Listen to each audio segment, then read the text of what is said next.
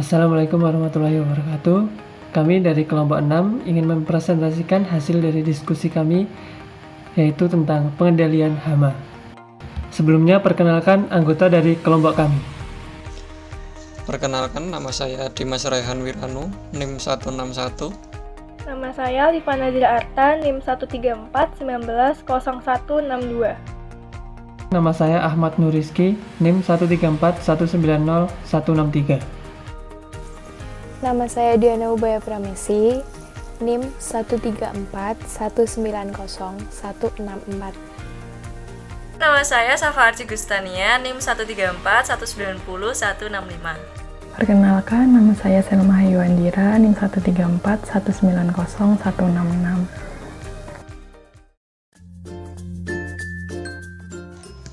Seperti yang kita ketahui, pengendalian hama adalah usaha atau tindakan untuk mengurangi kerusakan atau gangguan hama sehingga tanaman tidak mencapai kerugian. Bentuk-bentuk dari pengendalian hama terbagi menjadi 7 cara. Yang pertama adalah pengendalian dengan cara bercocok tanam. Yang kedua adalah pengendalian dengan cara varietas tahan. Yang ketiga adalah pengendalian hama dengan fisik atau mekanik. Yang keempat dengan cara biologi. Yang kelima dengan cara kimiawi. Yang keenam adalah pengendalian dengan pengaturan. Kemudian yang terakhir adalah pengendalian hama terpadu. Yang pertama akan kita bahas adalah pengendalian dengan cara bercocok tanam. Pengendalian dengan cara bercocok tanam adalah menciptakan suatu agroekosistem yang tidak sesuai untuk perkembangbiakan hama tanaman. Dari kondisi agroekosistem yang tidak cocok untuk hama tanaman tersebut, sehingga dapat mengurangi peningkatan populasi hama tanaman. Pengendalian dengan cara bercocok tanam juga meningkatkan perkembangbiakan musuh alami bagi hama tanaman. Pengendalian hama dengan cara bercocok tanam ini merupakan tindakan preventif, sehingga harus dilakukan jauh-jauh sebelum hama menyerang. Selanjutnya, pengendalian hama dengan cara bercocok tanam ada kelebihan maupun kekurangannya. Kelebihannya yang pertama adalah meningkatkan produktivitas hasil pertanian. Kelebihan yang kedua adalah tidak memerlukan biaya yang banyak. Kemudian tidak menimbulkan efek samping untuk lingkungan dan dapat dilakukan oleh petani dengan mudah. Kemudian untuk kekurangannya, hasil dari pengendalian hama secara bercocok tanam ini tidak dapat dihitungkan secara pasti. Kekurangan yang selanjutnya adalah kurang efektif karena harus dipadukan dengan pengendalian hama yang lain. Berikut ini adalah teknik-teknik untuk pengendalian hama dengan cara bercocok tanam. Untuk yang pertama adalah penanaman tanaman perangkap. Apa itu tanaman perangkap? Tanaman perangkap adalah tanaman yang sengaja ditanam untuk memusatkan hama agar hingga tertuju pada tanaman tersebut sehingga dapat dilakukan pengendalian dengan pestisida untuk lebih lanjutnya. Selanjutnya adalah teknik pengolahan tanah. Tanah yang dibalik akan membuat serangga tersengat sinar matahari sehingga serangga tersebut dapat mati. Yang ketiga adalah teknik pergiliran tanaman. Teknik pergiliran tanaman bertujuan untuk memutus. Yang terakhir adalah teknik pengaturan jarak tanam. Jarak tanam sangat berpengaruh pada pertumbuhan tanaman dan perkembangbiakan hama tanaman, serta berpengaruh terhadap hama dalam mencari makan dan tempat bertelur. Pengendalian hama dengan varietas yang tahan. Daya tahan tanaman terhadap hama didefinisikan sebagai sifat-sifat yang diturunkan oleh tanaman yang mempengaruhi derajat kerusakan oleh serangga hama. Tanaman yang tahan itu adalah tanaman yang menderita kerusakan yang lebih sedikit bila dibandingkan dengan tanaman yang lain dalam keadaan lingkungan yang sama dengan tingkat populasi hama yang sama. Jadi, tanaman yang tahan kehidupan dan perkembangbiakan hama menjadi lebih terhambat dibandingkan apabila populasi tersebut berada pada tanaman yang peka atau tidak tahan. Sifat ketahanan ini merupakan sifat asli yang diturunkan atau terbawa oleh faktor genetik. Kelebihannya terdiri dari 1. Penggunaannya praktis dan menguntungkan secara ekonomi. 2. Sasaran pengendalian yang spesifik. 3. Efektivitas pengendalian bersifat kumulatif dan persisten terhadap populasi. 4. Kompatibilitas dengan komponen PHT lainnya. 5. Dampak pada lingkungan terbatas. Sedangkan pada kekurangan terdiri dari 1. Varietas yang tahan daya tahannya terbatas, hanya spesies sama tertentu saja. 2. Varietas belum tentu disenangi oleh petani.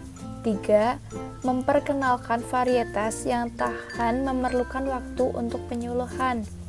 4. Biaya yang dikeluarkan untuk memperoleh varietas tahan cukup besar. 5.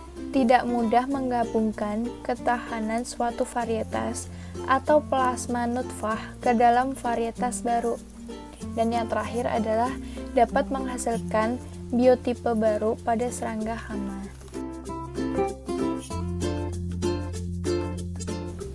3 mekanisme ketahanan tanaman menurut Painter pada tahun 1951. Yang pertama, preference adalah antisenosis, yaitu tanaman tidak dipilih oleh serangga sebagai makanan, tempat bertelur, dan tempat berlindung. Ada 2 faktor yang mendasari tanaman tersebut sehingga tidak dipilih oleh serangga hama. Yang pertama adalah tanaman tidak memiliki sifat-sifat yang menyebabkan serangga hama tersebut tertarik atau yang disebut sebagai sifat antraktan. Lalu yang kedua adalah tanaman memiliki sifat-sifat yang menolak atau repellent yang mengalahkan sifat-sifat yang menyebabkan serangga hama tertarik. Sebagai contohnya ada Sundapteryx sp tidak tertarik pada tanaman kapas yang berbulu lebat karena dapat menghalangi stylet untuk menghisap cairan pada hama tanaman tersebut. Yang kedua, ada antibiosis. Tanaman ini akan memberikan efek negatif pada serangga hama apabila memakan tanaman tersebut. Antibiosis tersebut berhubungan dengan 1. Rendahnya kualitas makanan pada tanaman inang. Yang kedua, mengurangi jumlah makanan yang diambil oleh hama.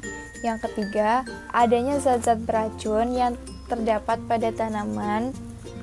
Lalu, ada efek negatif yang paling mudah terlihat pada hama adalah yang pertama, kematian serangga pada stadia larva atau nimfa.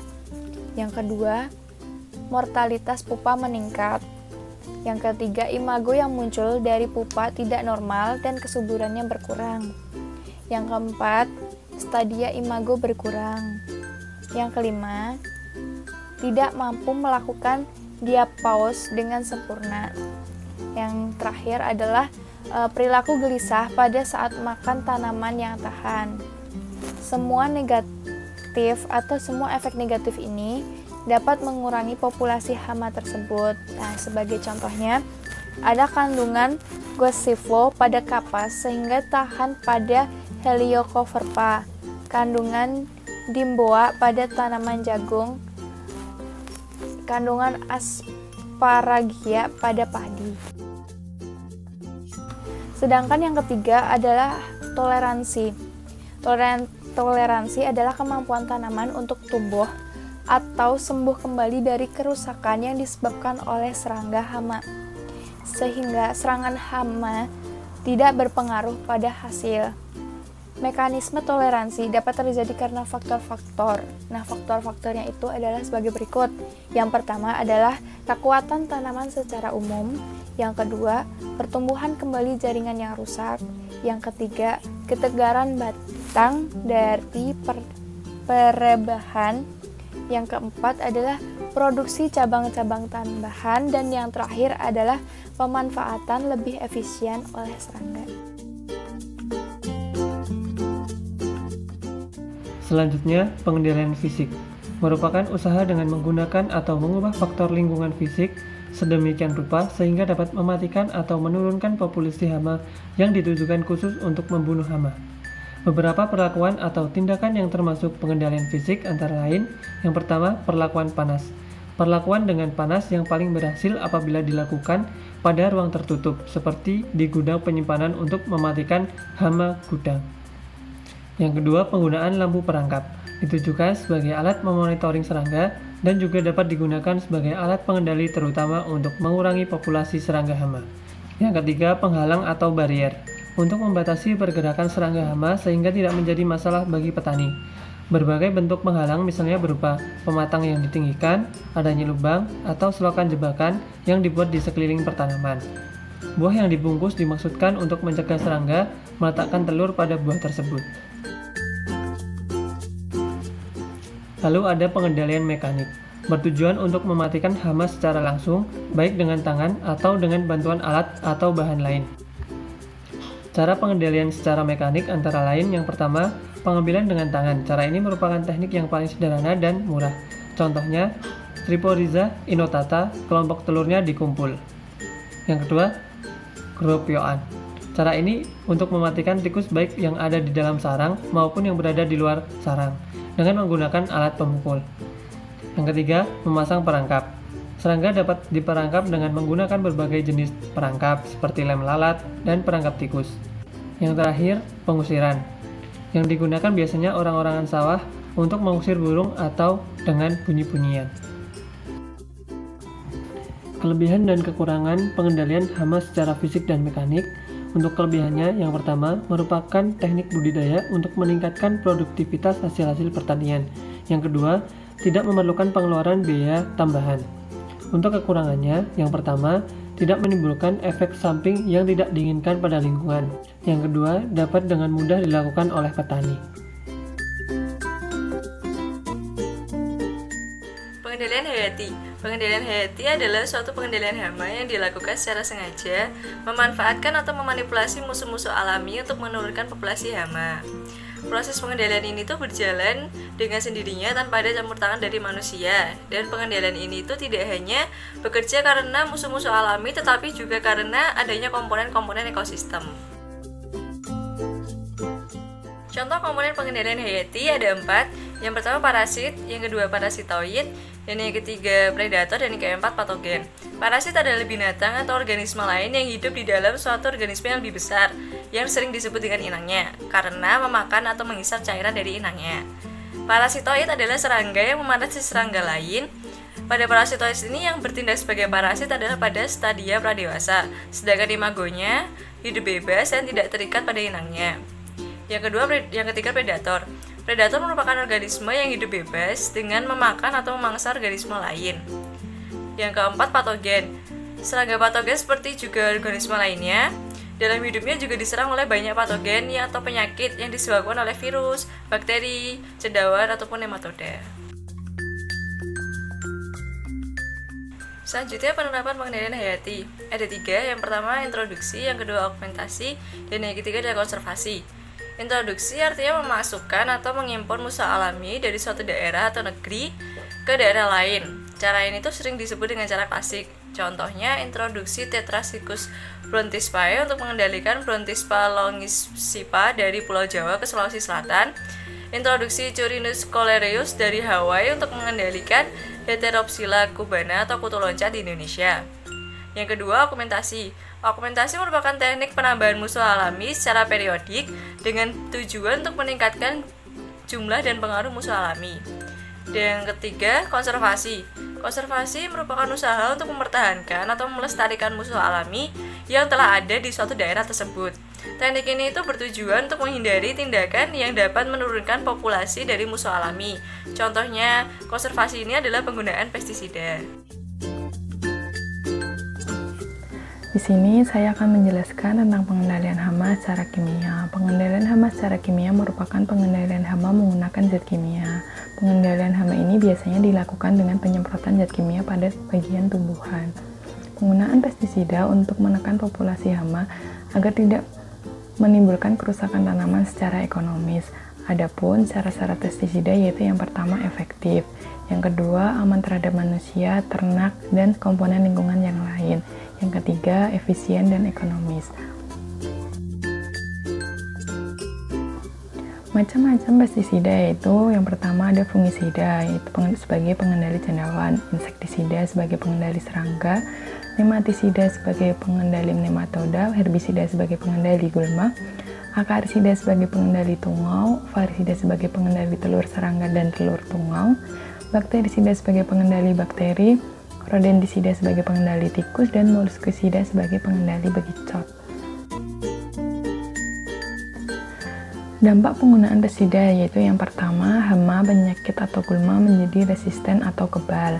Semakin sering tanaman disemprot dengan pestisida, maka tanaman semakin kebal. Ini berarti jumlah tanaman yang mati semakin sedikit walaupun disemprot berkali-kali dengan dosis yang tinggi. Selanjutnya yaitu resurgensi atau timbulnya kembali hama tersebut. Lalu ada pengendalian dengan peraturan atau regulasi atau karantina. Pengendalian dengan peraturan perundangan yaitu pencegahan penyebaran atau perpindahan dan penularan organisme pengganggu tanaman melalui kebijakan perundangan yang ditetapkan oleh pemerintah. Dasar hukum pencegahan dengan peraturan adalah sebagai berikut.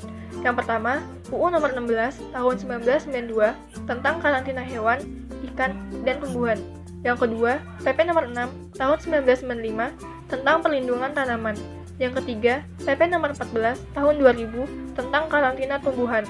Contoh pengendalian hama dengan peraturan adalah pelarangan pengiriman benih kentang dari Batu Malang ke daerah lain yang belum terserang nematoda sisa kentang. Lalu ada pengendalian hama terpadu, yaitu suatu konsep atau cara berpikir dalam upaya pengendalian populasi atau tingkat serangan hama dengan menerapkan berbagai teknik pengendalian yang dipadukan dalam satu kesatuan untuk mencegah kerusakan tanaman dan timbulnya kerugian secara ekonomis serta mencegah kerusakan lingkungan dan ekosistem. Dengan kata lain, pengendalian hama terpadu adalah pengendalian hama dan penyakit tanaman dengan pendekatan ekologi yang bersifat multidisiplin untuk mengelola populasi hama dan penyakit dengan menerapkan berbagai teknik pengendalian yang kompatibel. Lalu, sasaran pengendalian hama terpadu. Yang pertama, mempertahankan populasi hama dan kerusakan tanaman di bawah aras kerusakan ekonomi. Yang kedua, pencapaian sasaran produktivitas yang mantap dan kesejahteraan petani yang meningkat.